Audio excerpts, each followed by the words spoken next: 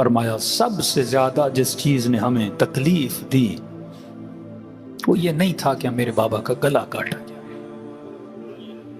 شہادت تو ہمارا ورثہ ہے۔ امام حسین فرماتے ہیں حسین کو موت سے نہ ڈرا، موت میرے لیے ایسے ہے جیسے عورت کے گلے میں بندھا ہوا ہار ہو، گلو بند، وہ حسن ہے کسی خاتون کا۔ فرمایا موت ہمارا حسن ہے، شہادت ہمارا حسن ہے۔ اب تیر سے شہادت ملے، زہر سے شہادت ملے، تلوار سے شہادت ملے یا تبر سے شہادت ملے، مولا پھر 40 سال روتے کیوں تھے؟ فرمایا شہادت پہ نہیں توہین پہ روتے تھے کہ میرے امام زمانہ کے بدن پہ گھوڑے دوڑائے جائیں۔ توہین نے اہل بیت کو رلایا، 4 سالہ بچی کو تماچے مارے جائیں، توہین نے رلایا۔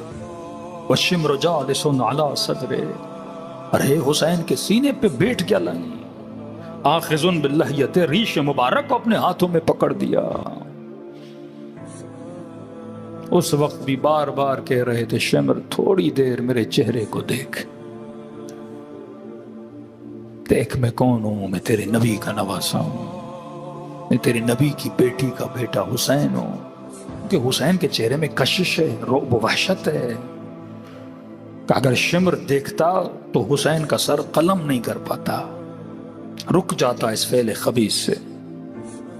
کمولا پھر اس نے دیکھا کہ نہیں، امام زمانہ کا سلام، فرماتے میرا سلام ہو کربلا کے اس شہید پہ جس کے گلے کو پیچھے سے کاٹا گیا۔ اس لئی نے پلٹ دیا امام حسین کو کہ میں نہیں دیکھوں گا تیرے چہرے کو، جانتا تھا حسین کو دیکھوں گا سر قلم نہیں کر پاؤں گا۔